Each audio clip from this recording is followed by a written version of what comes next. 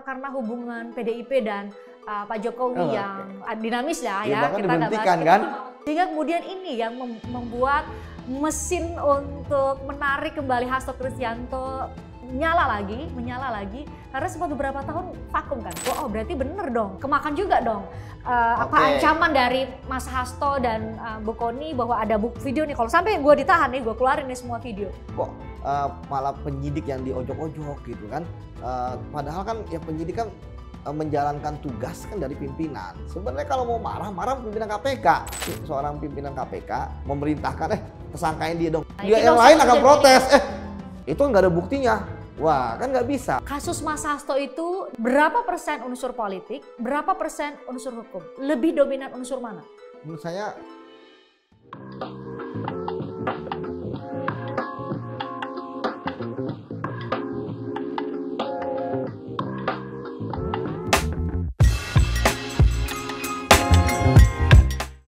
kemarin publik dan semua pemberitaan menyoroti mengenai kok kali ini agak beda ya dengan Tom Lembong, Johnny Plate, sama Syahrul Yassin Limpo. Semuanya politisi sama-sama, tapi kok Hasto Kristianto tidak ditahan, statusnya sudah tersangka. Biasanya di KPK, biasanya akan ditahan, kalau sudah diperiksa sebagai tersangka, bahkan kadang-kadang ada yang saya ingat masih saksi, terus tiba-tiba udah pakai rompi oranye dan disampaikan bahwa ya langsung ditahan. Tapi kemarin enggak. Salah satu yang taruhan akan ditahan adalah Yudi Purnomo. Sebenarnya nggak bertaruh, saya udah bilang, kan, karena masih 50-50 memang. Mas Yudi Purnomo adalah mantan penyidik KPK, jadi bisalah kita dapat perspektif orang dalam sebenarnya, bagaimana logika sebenarnya, logika, mekanisme, prosedur, penyelidikan-penyidikan di KPK. Kenapa kemarin sempat yakin akan ditahan, Mas? Ya, kalau saya kan terkait dengan penahanan kan menyerahkan kepada penyidik ya. Namun tadi seperti yang Mbak Christine katakan ya, bahwa biasanya ya KPK akan melakukan penahanan ya terhadap tersangka, karena kan proses pemanggilan tersangka itu artinya penyidik sudah firm terhadap alat bukti yang telah mereka miliki, sehingga kan ketika memanggil seseorang baik itu saksi maupun tersangka kan tentu ada yang ingin ditanyakan. Kan bukan ingin ngobrol atau main catur atau ngeteh bareng ya kan. Nah, ketika tersangka itu ditanyakan, maka ini adalah bagian dari KPK yang meminta keterangan dari tersangka. Artinya tentu KPK sudah akan melengkapi berkas ya ketika sudah memanggil tersangka. Artinya hampir sempurna lah berkasnya. Nanti kan tergantung apakah ada petunjuk dari jaksa atau tidak. Tapi kan kalau penyidikan kan tentu berdasarkan keyakinan dari penyidik. Nah kemudian ketika kemarin tidak ditahan, tentu saya melihat ini kan harus lihat dari helikopter view ya Mbak ya. Bahwa memang kalau bicara kebiasaan ditahan. Tetapi kan saya melihat kasus ini memang kasus yang merupakan fenomena yang unik, yang saya membagi menjadi dua fase ya. Fase di pimpinannya Pak Firly dan fase saat ini. Dibagi dua fase karena ada perlakuan yang berbeda. Nah itu kan yang menarik ya kan. Kalau di fasenya Pak Firly kita bisa melihat ya bagaimana kemudian kan juga berdasarkan keterangan dari salah satu penyidik yang ex penyidik ya yang terkait Harun Masiku yang sudah diperiksa kan seolah-olah kan seperti ada hal yang berbeda gitu ya terkait dengan penetapan tersangka, pengajuan untuk ekspos, kemudian penggeledahan. Yang saya pikir ini kan menarik ya, harusnya sama aja lah, ya kan? Semua perlakuan harusnya sama.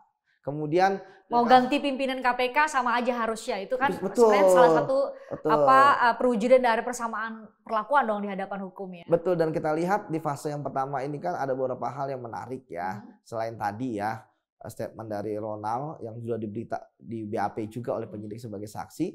Yang kedua kan data pelintasan ya kan, sehingga kemudian Pak Roni Ofsyompi kan akhirnya nggak jadi dirjen lagi ya, dirjen imigrasi. Bahkan Pak Yasona dicekal ya oleh penyidik dan Pak Roni Ofsyompi maupun Pak Yasona jadi saksi. Kemudian ada kejadian misalnya di PT IKA ya kan, kemudian pemulangan penyidik yang menjadi penyelidik yang Mas Rosa ini ya kembali ke Polri. Ini drama-drama yang mewarnai dulu ya. Oh, drama mewarnai dulu ya sampai kita menolak keras ya pemulangan Mas Rosa ini gitu. Nah, kemudian kan ya faktanya kan memang akhirnya calling down kan kasus ini.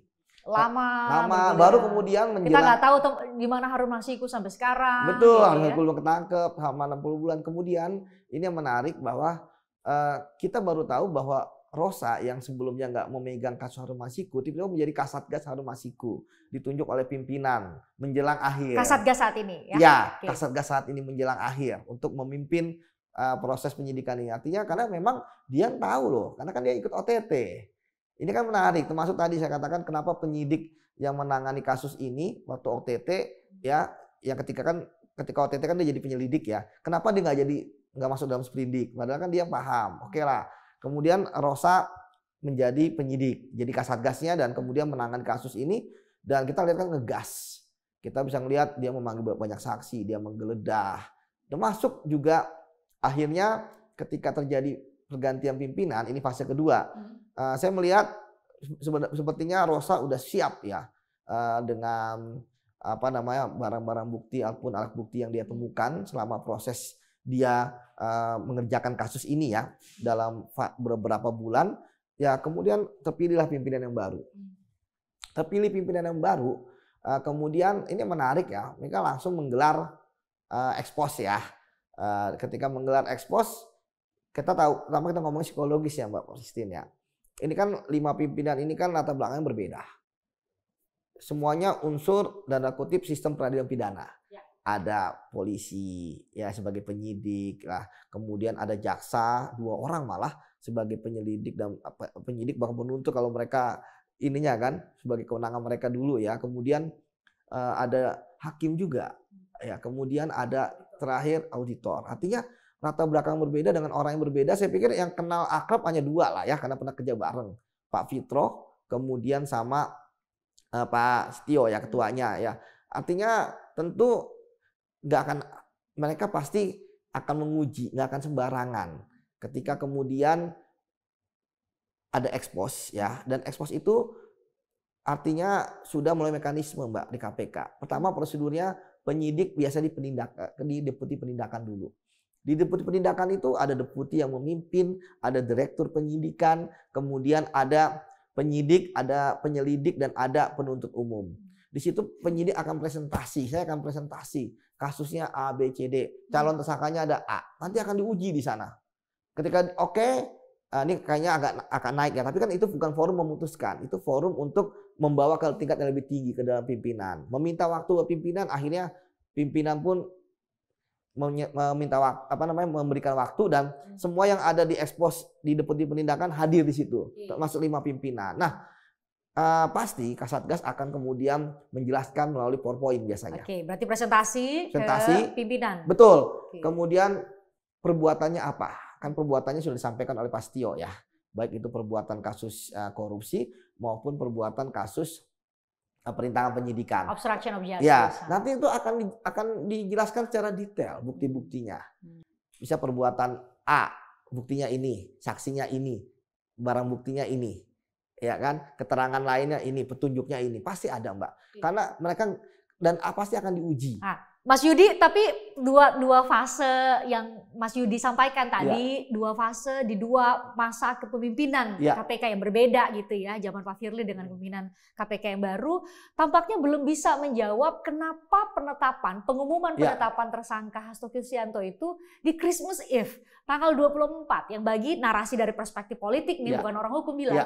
Jadi dari perspektif politik itu buat sentilan buat Hasto dan serangan buat PDIP itu mungkin nggak dilakukan, didesain sedemikian rupa persis dong tanggal 24 ini dong 24 Desember besoknya mau Natalan. Ya memang saya katakan ya sah-sah saja orang kemudian menarasikan KPK seperti apa, ini negara demokrasi, tapi KPK tetap harus tegak lurus, itu pertama. Kemudian yang kedua, memang saya melihat pimpinan KPK kali ini kembali ke masa sebelumnya, sebelum Firly. Kembali ke masa sebelum Firly, yaitu ketika pengumuman tersangka itu ya itu sekaligus penahanan. Sementara kita tahu penahanan dan penetapan tersangka pasti lama, ya kan? Karena tersangka itu diperiksanya agak akhir, ya bisa jadi untuk menunggu kerugian keuangan negara ataupun terkait dengan kelengkapan alat bukti lainnya kalau perkara lain misalnya suap menyuap. Ya. Nah, sekarang pimpinan memang agak berbeda. Mereka ingin kembali seperti ketika sudah tetapkan sebagai tersangka akan langsung diumumkan. Karena memang bagi saya ya diumumkan aja toh. Diumumkan tanpa sebelum diperiksa, kan Mas Hasto belum pernah diperiksa kan? Enggak masalah, kan dulu juga begitu. Kan yang penting diperiksa sebagai saksi udah pernah. Ya. Ya kan, yang sama ini kan menjadi perdebatan kan tidak diperiksa sebagai saksi atau tersangka. Iya kan, kalau ini kan sudah pernah diperiksa. Sebagai saksi. Sebagai saksi ya. Baik di kemarin maupun sebelumnya juga udah pernah. Waktu tahun 2020-an kan. Ya, jadi awal-awal banget ya kasus ini. Iya, awal banget. Jadi saya pikir toh juga tersangka kan sudah mendapatkan SPDP. Itu waktu itu kan saya juga protes keras sama zamannya Firly ya. Waktu itu kapan tuh? Waktu zamannya Firly. Ngapain pengumuman setelah ditahan gitu kan. Toh 7 hari setelah penetapan tersangka wajib mendapatkan SPDP. Kan ada ruang kosong di situ. Ya kan, makanya kita baru ketika zaman Firly kan ketika ada orang praper, loh kita dia jadi tersangka ya. Ya padahal kan pengumumannya kan belum dilakukan. Ya karena memang dia udah tahu dia jadi tersangka. Begitu Mbak. Jadi saya walaupun ini adalah kebijakan ya, tapi saya lebih sepakat yang dilakukan oleh KPK saat ini yang baru sama seperti KPK sebelum-sebelumnya. Ya, jadi, bahwa jadi tersangka langsung umumkan saja. Iya, kan nggak masalah. Orang kan menurut putusan MK harus mendapatkan SPDP. Ya kan? Ya artinya ngapain mengumumkan bulan-bulan berikutnya dan sebagainya ketika ditahan, ketika saat 7 hari aja dia sudah mendapatkan SPDP paling maksimal. Oke, itu satu hal. Tanggal 24 Desember 2024 disebut spesifik tanggalnya itu menurut Mas Yudi masih bisa lah masuk akal dari kacamata dan kebiasaan komisioner KPK saat ini. Tapi kenapa baru sekarang ketika ini ada kasus hukum ya, lagi-lagi kita mau jelaskan ini ada kasus hukum ya terkait dengan Harus Masiku, terus ada dinamika politik yang terjadi antara ada yang menghubung-hubungkan dengan ini hubungan karena hubungan PDIP dan Pak Jokowi yang dinamis lah ya, kita nggak bahas, kita bukan pengamat politik soalnya dinamis lah ya, ada pemberhentian lah dan lain-lain sehingga kemudian ini yang membuat mesin untuk menarik kembali Hasto Kristianto masuk ke KPK itu menyala lagi karena sempat beberapa tahun vakum kan Mas? Betul. Ya memang. Kenapa sekarang itu terjawab nggak kira-kira? Ya pertama kan bisa terjawab kalau penyidikan ini tuntas kan. Kemarin kan penyidik sudah diperiksa ya, mantan penyidik yaitu Ronald ya. Dia sudah menyebutkan juga ya, kita berharap Pak Firly juga dipanggil ya. Tapi kan lebih dari itu tentu ya tuduhan-tuduhan, bahkan kemarin dikatakan ini ada politisasi, kemudian ada bahkan KPK edisi Jokowi gitu ya. Ya menurut saya kan memang ini kan hukum, ini politik. Kalau mereka ingin bermain di ranah politik ya tuduhan-tuduhan nggak masalah. Toh sebenarnya Mbak, kita kan dulu di KPK itu nangani sekjen bukan yang pertama. Ada Johnny Plate kan, iya, sekjen. Ketua umum apa lagi? Ketua umum partai. Iya, bahkan partai yang besar pun ada juga ya. Jadi istilahnya tuduhan-tuduhan Setia Novanto ketika itu ya. Iya, tuduhan-tuduhan politik pasti ada. Namun cara KPK membuktikan adalah dengan segera melimpahkan ke pengadilan. Karena di sana kan barang buktinya yang tadi diekspos itu ya, termasuk ketika mendapatkan tambahan dari penggeledahan, ya dari pemeriksaan saksi, itu kan semua akan dibuka di pengadilan. Kalau sekarang kan tentu KPK nggak akan bisa membuka, hanya kisi-kisi perbuatannya A, B, C, ya kan. Tapi apa yang memperkuat? Ya itu kan tentu KPK nggak akan menyampaikan kepada publik. Jadi saya pikir ya tuduhan-tuduhan itu politisasi dan sebagainya kan ya hanya sebesar tuduhan, kecuali memang ada bukti ya. Kalau saya lihat kan tuduhan itu ya hanya semacam kayak cocoklogi ya. Ini kan yang milih adalah panselnya dipilih oleh Pak Presiden. Kemudian Presiden milih 10 dikirim ke DPR. Ya kan emang itu mekanisme ketatanegaraan-nya. Ya kan? Terus kemudian Pak Prabowo pun setuju. Dan kemudian DPR pun juga memilih, nggak ada penolakan. Bahkan kemudian senang mereka fit and proper test dengan calon-calon itu. Kemudian memilih dengan senang hati. Nggak ada. Fraksi PDIP di dalam. Iya, termasuk teman-teman PDI kan. Jadi menurut saya ini yang menarik juga. Ya terus kemudian yang kedua. Jadi Mas Yudi mau membantah rumors bahwa selama ini yang namanya pimpinan KPK atau komisioner KPK terpilih itu adalah orang-orangnya tertentu gitu. Tertentu dalam arti ini orangnya siapa, tokoh tertentu, orangnya partai tertentu dan lain-lain, itu kan ada rumor begitu. Yang mungkin tidak bisa kita buktikan, tapi Mas Yudi sebagai mantan orang dalam menangkap itu juga nggak? Kelihatan nih pimpinan yang ini agak berat kalau ada terkait kasus hukum yang kira-kira dari kader partai mana gitu. Ya. Saya paham gitu ya, kan mereka dipilih kan politis. Ya. Saya nggak tahu di luar sana ketika mereka mau terpilih apakah mereka menemui ya kan presentasi ada deal-dealan atau apa kan ya, karena percakapan kan handphone dan sebagainya kan kita mudah gitu ya, misalnya ini sebagainya, tetapi pasti akan ketahuan ketika ekspos. Ketika misalnya menghalangi ekspos dan sebagainya pasti akan ketahuan. Ya misalnya tidak mau ekspos, tapi selama saya jarang lah atau nggak ada lah, bukan jarang ya, nggak ada yang karena pasti akan ketahuan. Misalnya ada bukti yang kuat akan naik, gimana cara dia menghentikannya sulit. Apalagi kan KPK itu yang menarik ya Mbak Fris ya. Saya banyak orang yang mengatakan oh kenapa KPK nggak dari unsur ini aja. Enggak, saya justru ketika banyak unsur kontrol internal itu ada di dalam KPK. KPK kan sekarang ada dari kepolisian, ada dari kejaksaan, ada pegawai internal KPK, ada PNS-PNS di tempat lain. Kulturnya beda-beda dan nggak bisa mereka dikuasai. Ya ketika ada orang menguasai dari instansi ini, ada instansi lain yang akan kemudian mengkritisi. Sama internal pun juga akan menjaga KPK karena merasa memiliki KPK, ya sehingga harus menjaga integritas tingginya. Ya termasuk kayak pimpinan. Pimpinan ya bagaimana cara mereka pun nggak bisa menguasai pimpinan. Misalnya mereka ini maksudnya apa rumor tadi partai-partai, tokoh-tokoh politik ya, yang bagaimana mereka menguasai pimpinan gitu kan? Masuk ketika pimpinan misalnya disuruh misalnya nggak bisa misalnya seorang pimpinan KPK memerintahkan tersangkain dia dong, kalau nggak ada buktinya untuk apa? Tadi saya katakan di KPK jalur untuk naik ke sebagai tersangka itu panjang Mbak, dan semuanya itu berbeda-beda. Di KPK itu yang unik, sama teman itu nggak bisa saling melindungi, nggak bisa dan nggak mau disuruh-suruh untuk hal-hal yang nggak benar. Masa sih? Ini sesama penyidik maksudnya? Mbak, saya kan sama penyidik, saya sekarang mengkritisi KPK, ya kan? Sampai saat ini saya sering mengkritisi KPK. Ya kalau untuk penasihat penegakan hukum nggak mungkin KPK main-main, nggak mungkin ada bukti di rekayasa. Karena dari ini kan mulai dari pengaduan masyarakat. Pengaduan masyarakat kan kebanyakan ada pegawai di internal KPK, ya kan? Nah kemudian dari pengaduan masyarakat masuk ke penyelidikan. Di penyelidikan itu banyak pegawai dari berbagai macam instansi. Di situ kan akan lebih dinamis. Artinya ketika ada si A ingin menaikkan, wah rekayasa, dia yang lain akan protes. Itu nggak ada buktinya. Wah kan nggak bisa. Dan sedinamis itu. Sedinamis itu Mbak. Wah bukan. Kemudian masuk penyidikan. Penyidikan itu Mbak, sekarang satgas itu kan dari internal ada. Jadi satu satgas itu ada dari polisi, ada dari internal. Itu menurut saya sangat bagus, positif. Misalnya kalau dari ini pengen merekayasa, nggak akan bisa. Dari di sini juga nggak akan bisa, pasti akan protes. Jadi kalau misalnya ingin menguasai KPK, banyak mulut atau banyak kepala yang harus dikuasai. Bahkan pimpinan pun, ya walaupun pimpinan dia merasa di super power di antara pimpinan yang lain, pimpinan takut sama dia memerintahkan ada kasus naik, nggak akan bisa. Kita contohnya, ya. Kolektif kolegial tadi, ada aturan bahwa komisioner itu mengambil keputusan. Ya, walaupun kalau ada kolektif kolegial kan itu kan istilahnya hanya di dalam kertas ya. Kadang-kadang kan ketua itu memimpin, ya pasti dia ketua, kan ada yang lebih tinggi. Secara psikologi tentu betul. Lebih secara struktural. Memerintahkan pun nggak akan bisa. Karena?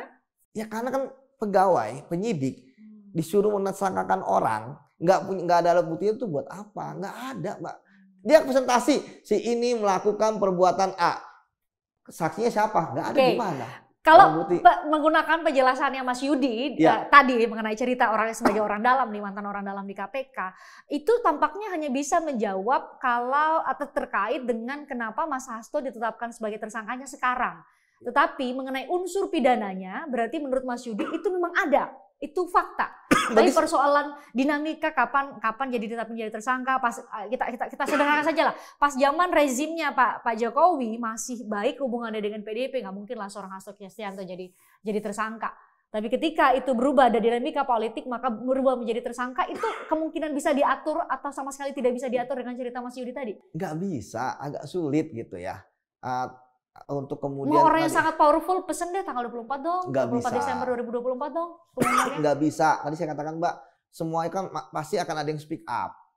Di KPK itu terkenal pegawainya speak up. Kritis. Bahkan walaupun mereka dianggap adalah orang yang lolos tes wawasan kebangsaan gitu ya. Tapi tetap kritis-kritis itu ada Mbak. Mereka pegawai KPK saya kenal bukanlah orang yang berani ngambil resiko untuk kemudian terlibat dalam hal-hal yang jahat. Ketua Satgas dan anggota Satgas yang menangani kasusnya Mas Hasto, Mas Yudi kenal? Oh, kenal baik ya. Saya kenal baik dengan Mas Rosa Purbobekti dan anggota-anggotanya ya, karena dulu sering bekerjasama dengan mereka ya, dan saya kenal mereka lah. Nggak mungkin mereka pertama macam-macam ya. Saya kenal integritasnya dan mereka kan saya kenal pemberani, dan mereka adalah orang yang sudah punya pengalaman lah dalam menangkap buronan dan lain sebagainya. Jadi saya pikir kalau untuk penyidik clear ya. Itu ya kenapa saya sedih misalnya kok malah penyidik yang diojok-ojok gitu kan. Padahal kan ya penyidik kan menjalankan tugas kan dari pimpinan. Sebenarnya kalau mau marah pimpinan KPK. Ingat loh, yang penyidik Mbak nggak akan bisa mengerjakan kasus itu kalau nggak ada sprindik dari pimpinan. Nggak mungkin dong. Kalau ibaratnya wartawan nggak mungkin dong jalan tanpa ada perintah dari koordinator liputan. Betul, nggak bisa kesana kemari. Jadi ketika Rosa dipercaya oleh pimpinan, bahkan sampai pimpinan sekarang, ya kan? Ya berarti kan memang dipercaya dia ya untuk menangani. Ketika dia menggeledah kan pimpinan tahu. Ketika dia kemudian apalagi menyita, pimpinan tahu. Melakukan cekal kemarin. cekal kan pimpinan tahu. Apalagi yang pimpinan nggak tahu semua lah. Jadi mereka, saya melihat kok malah lebih ke penyidik ya. Penyidik. Tapi kan kalau penyidik kan ya kalau dapat hantaman gitu kan itu resiko lah. Misalnya ya kenapa Mas Rosa sampai disebut-sebut sama Bu Mega gitu kan. Saya melihat ya apalagi kan secara kepangkatan juga masih AKBP beliau ya. Mas Rosa ya, artinya ya bagi saya tentu ya ini resiko yang harus diomongin sama ketua umum partai gitu kan, kemudian sama mantan presiden juga ya. Tapi memang itu resiko yang harus dihadapi menurut saya. Tapi saya selama Mas Rosa di jalan yang benar gitu ya, dan kemudian pimpinan pun juga istilahnya mensupport ya, apalagi kan memang tugasnya. Ya saya pikir ketika misalnya Mas Rosa itu kemudian dia tetap bergerak ya, termasuk kemarin kan tersangka diperiksa ya, Pak Hasto diperiksa dan tidak ditahan. Saya pikir itu adalah suatu kebijakan ya, yang menurut saya tentu di sini penyidik juga bisa melihat lah situasi, kan penyidik nggak bodoh juga.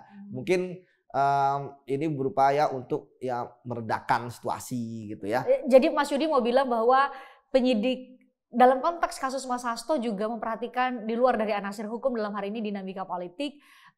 Karena kan kalau Mas Yudi pasti saya yakin ikut Mas Hasto atau bersama teman-temannya termasuk Bu Kony gitu ya, dan beberapa tokoh lain kan menyatakan bahwa ini kalau sampai Mas Hasto ditahan nih, kita keluarin nih ada video bukti dugaan kriminalisasi terhadap tokoh tertentu gitu ya, yang dilakukan oleh mantan presiden atau presiden ke-7 Joko Widodo. Orang kan jadinya memikirkan bahwa oh berarti bener dong, kemakan juga dong ancaman dari Mas Hasto dan Bu Kony bahwa ada video nih, kalau sampai gue ditahan nih, gue keluarin nih semua video. Berarti kemakan dong, ada pesan bahwa ya udah nggak usah ditahan deh. Enggak. Itu terjadi nggak? Enggak, penyidik nggak melihat yang ke situ, malah seneng kalau bisa dibuka kan. Iya kan? Ya siapa tahu Pak Hasto mau jadi justice kolaborator. Saya pikir penyidik kemarin tidak menahan. Ya termasuk berarti kan pimpinan juga ya, karena kan sudah perintah penahanan. Itu keputusan lembaga ya? Itu keputusan lembaga. Ya, tapi kan juga disampaikan ke publik ya bahwa walaupun ada pra peradilan, tetap kegiatan penyidikan akan tetap berlanjut. Namun saya sebagai yang mengamati dari luar ya sebenarnya positif juga ya, bahwa ketika keluar kan Pak Hasto tidak seperti ketika sebelumnya ketika masuk ya langsung keluar gitu kan. Saya pikir dia akan statement keras gitu kan. Tuh kan, saya nggak ditahan. Ini artinya adalah politisasi, kan enggak. Saya pikir memang ya walaupun hukum itu nggak boleh ada kebijaksanaan ya. Hukum itu harus tegak lurus. Tapi ya melihat situasi yang ada, tentu calling down itu sangat penting ya. Sekaligus membuktikan bahwa tidak ada politisasi. Karena saya sih sudah memprediksi kalau kemudian ditahan, narasinya akan berlipat ganda. Ya kan, betul kan, ditahan. Ini nanti tuduhan yang menuduh adalah A, B, C, D, E yang pesanan terus segera ditahan dan sebagainya. Jadi memang si malakama memang di KPK. Ya, tapi sekali lagi benar Mbak bahwa tentu kita jangan hanya kacamata kuda juga, harus ada helicopter view ya. Nah, bisa jadi mungkin nanti penyidik akan memanggil lagi, ya kan? Nah, di situ apakah ada proses penahanan kita nggak tahu ya. Tapi memang melihat situasi yang ada, kan KPK juga akan menghadapi praper dari Pak Hasto. Ketika menghadapi praper dari Pak Hasto itu setidaknya ya KPK harus menunjukkan ya bukti-bukti yang mereka miliki. Ya, yang mereka miliki untuk kemudian diajukan di hadapan hakim. Semoga dipenuhi untuk menang ya, karena memang praper itu saya kadang-kadang menarik juga. Kadang-kadang KPK menang, kadang-kadang kalah dengan hal yang objeknya sama gitu kan, tapi hakimnya berbeda. Kemudian juga KPK juga ada PR berat ketika ada yang menang praper, harusnya di perkara yang lain mereka langsung menaikkan sprindik lagi. Tapi di perkara yang lain sampai sekarang adem-adem. Padahal kan kita tahu pra peradilan kan uji formil. Tapi memang Mbak, ini yang menarik ya, bahwa warisan masa lalu terhadap KPK itu. Warisan masa lalu yang mana nih? Ya ketika Firly lah, yang lebih banyak kontroversi dibandingkan dengan prestasi gitu kan, memberantas korupsi. Ada beberapa hal yang menarik gitu ya, yang akhirnya kemudian seperti tadi kepercayaan, dan ini juga ditambah kepercayaan publik pada KPK tuh lemah. Jadi ketika sekarang di kasus Pak Hasto ini, ya akhirnya kan tentu nggak mau dibohongi ya, karena posisi KPK sedang lemah di mata publik, jadi agak sulit KPK untuk membangun kepercayaan publik gitu kan. Akhirnya narasi-narasi yang disampaikan oleh KPK tuh agak mentah di publik gitu. Termasuk tadi ya, ada faktor dinamika politik di satu sisi ya. Betul. Yang juga ada di melingkupi kasus hukum ini gitu ya. Betul. Nah, jadi Mbak, sekarang KPK ini berat ya. Ini kan KPK yang ini pertama kalinya KPK langsung 5 tahun periode. Setelah kemenangan periode berikutnya di MK yang 4 tahun jadi 5 tahun ya, tambah setahun. Kalau ini karena langsung 5 tahun. Ini kan pimpinan ini saya melihat kan mereka langsung mempunyai standar tinggi. Ya langsung Pak Hasto loh, Sekjen PDIP. Mereka tetapkan sebagai tersangka. Di awal masa pula. Ya dengan masa yang panjang 5 tahun. Artinya kan sebenarnya mereka bisa menunda seminggu, 2 minggu, 3 minggu kan, tapi enggak. Artinya kan mereka sudah yakin di ekspos pertama. Buktinya kuat. Sehingga mereka berani menetapkan tersangka. Nah, sekarang yang menarik adalah ya, apakah tadi kan ada tuduhan tebang pilih dan sebagainya, itu juga harus mereka akomodir juga. Akomodir dalam arti? Kan masih banyak PR. Ya, kasus-kasus lain. Ya, yang dari pimpinan lama, misalnya tersangka lain yang belum ditahan, ya kan itu bagus juga. Harun Masiku yang nggak ketemu sampai sekarang. Bukan hanya Harun Masiku kan, ada 4 lain lah selain Harun Masiku. Itu harus tangkap juga, ya kan? Karena memang ketika dikatakan loh, kenapa sih kasus Pak Hasto? Ya memang kan Pak Hasto high profile lah, media pasti akan selalu untuk menaikkan, kemudian masyarakat akan memperhatikan. Ya kalau kasus lain kan, buronan yang lain kan masyarakat mungkin siapa ini gitu kan, nggak kenal gitu. Tapi harus tetap ditangkap. Termasuk tersangka-tersangka lain nih yang belum diselesaikan sama KPK. Kan saya selalu mempelajari ya kritikan-kritikan lah, saya anggap kritikan terhadap KPK dari sisinya kubunya Pak Hasto gitu ya.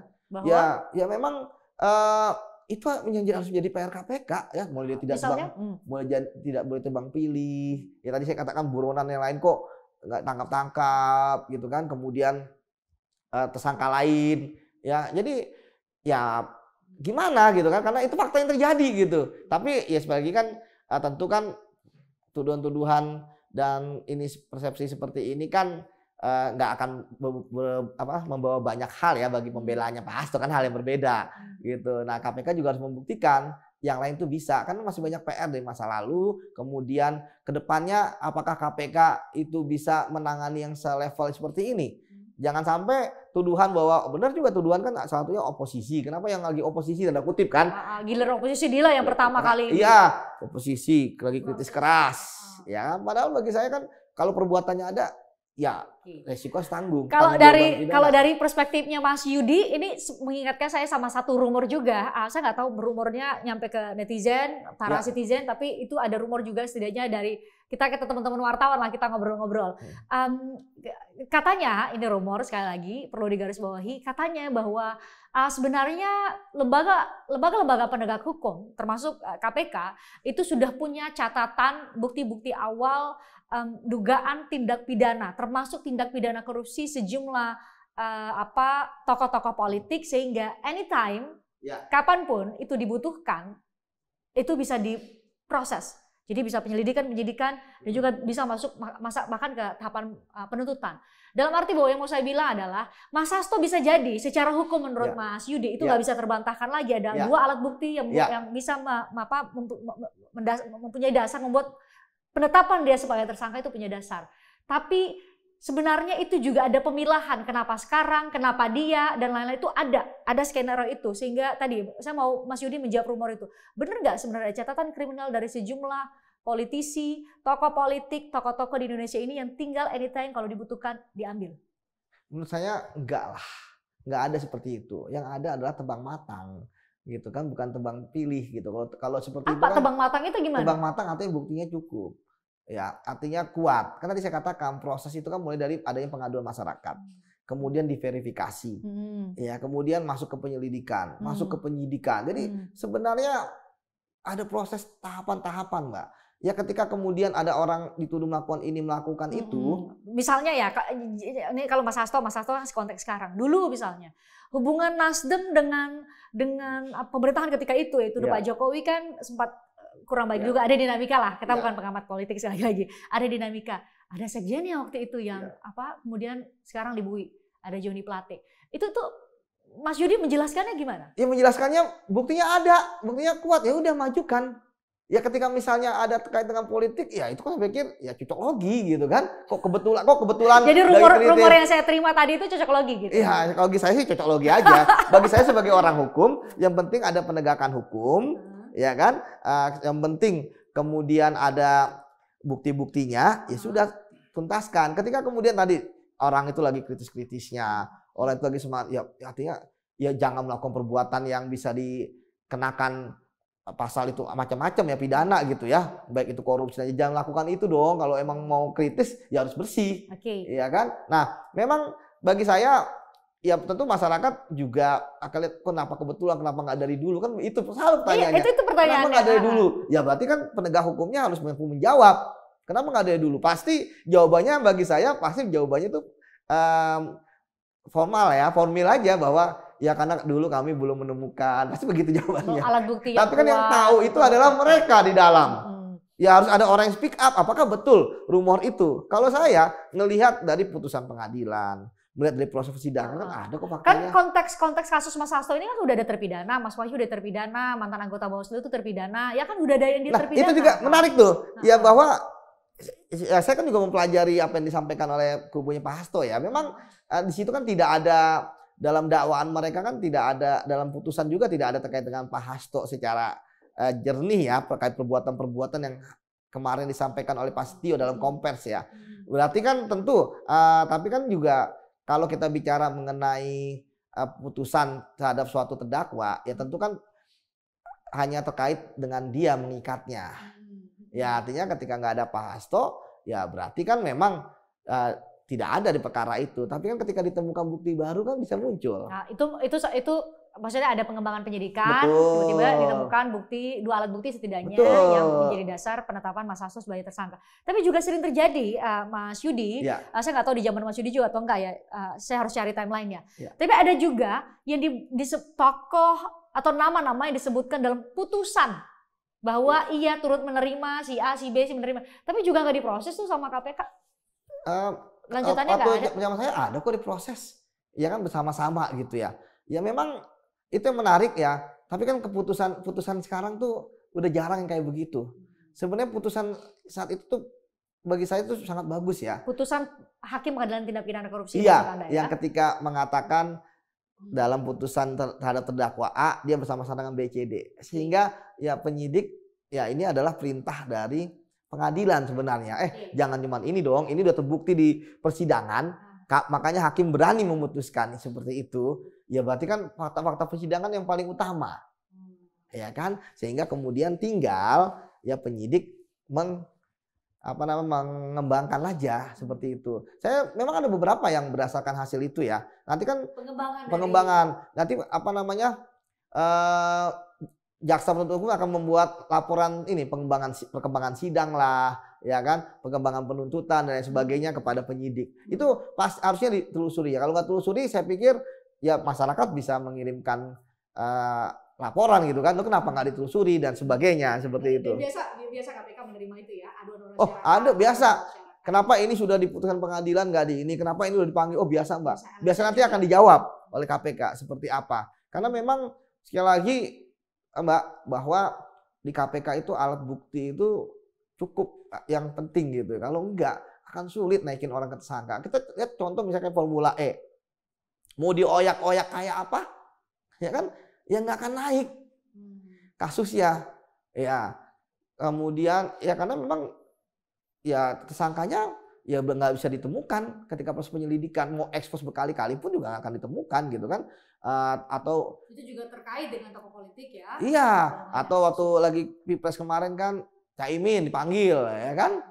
Ya dipanggil sebagai saksi ya beliau datang kemudian ya kan ramai tuh, wah ini tersangka. Kalau nggak ada buktinya nggak bisa lah Mbak.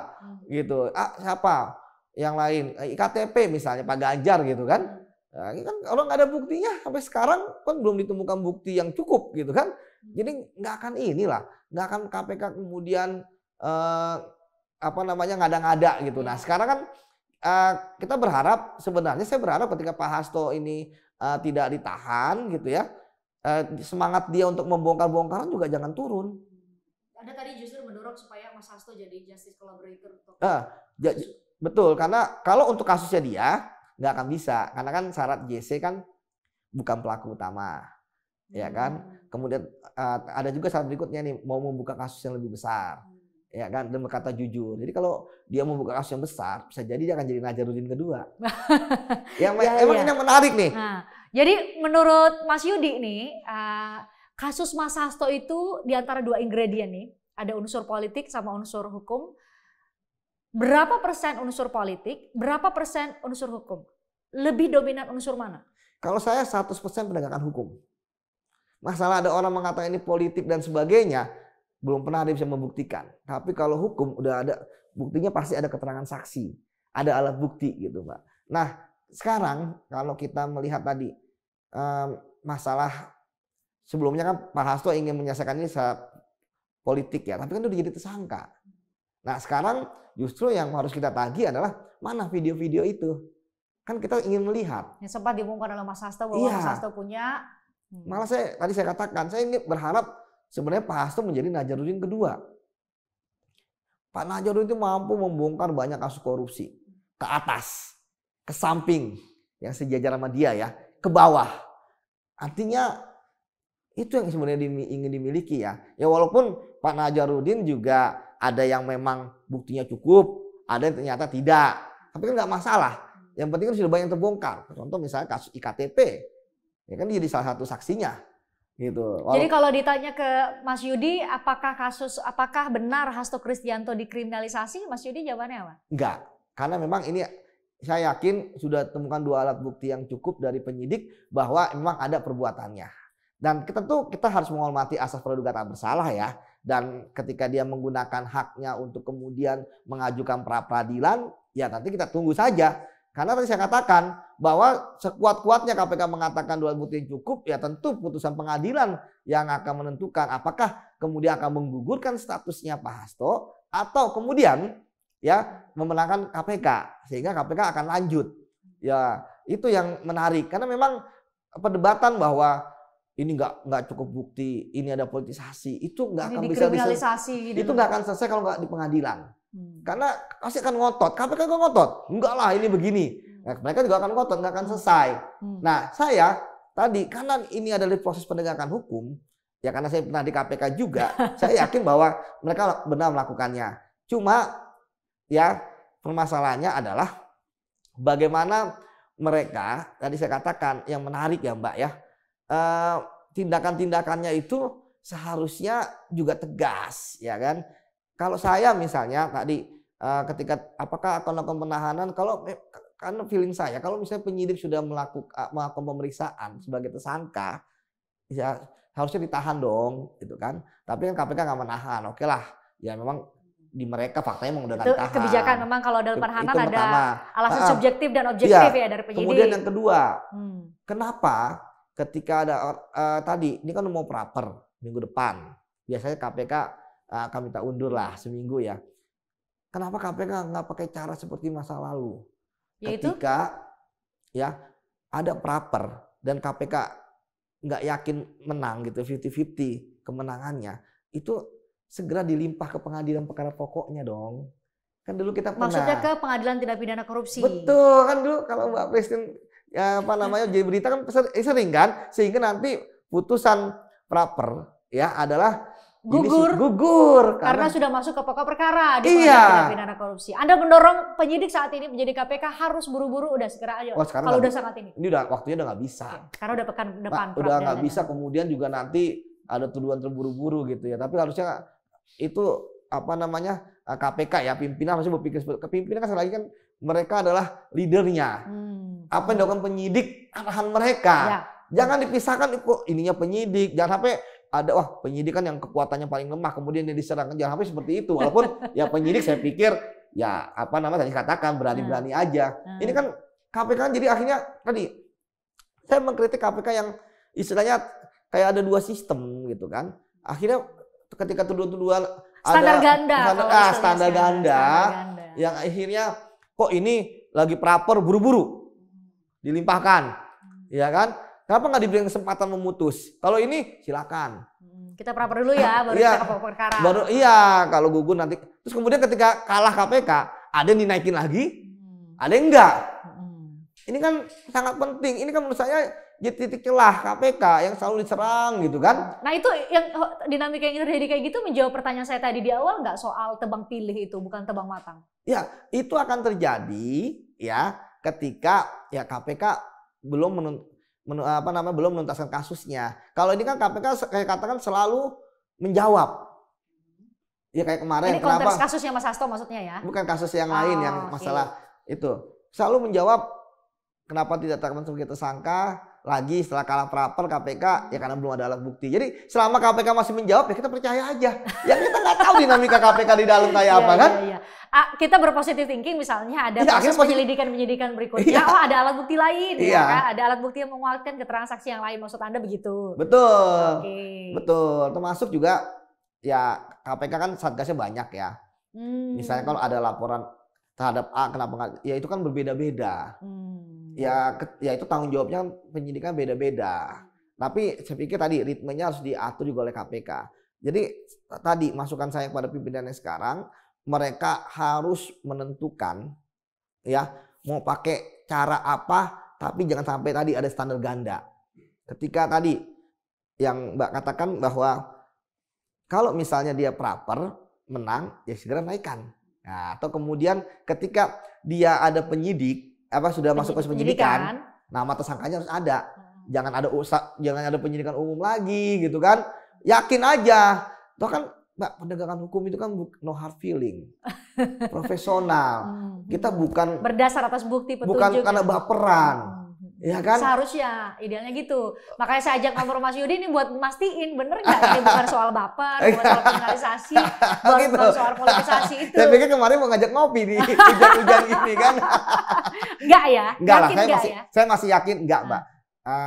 Toh juga Pak Hasto kan menempuh jalannya melakukan peradilan ya. Karena kemarin saya juga sedih juga ketika KPK kemudian nggak melakukan penahanan, kena lagi kan. KPK takut.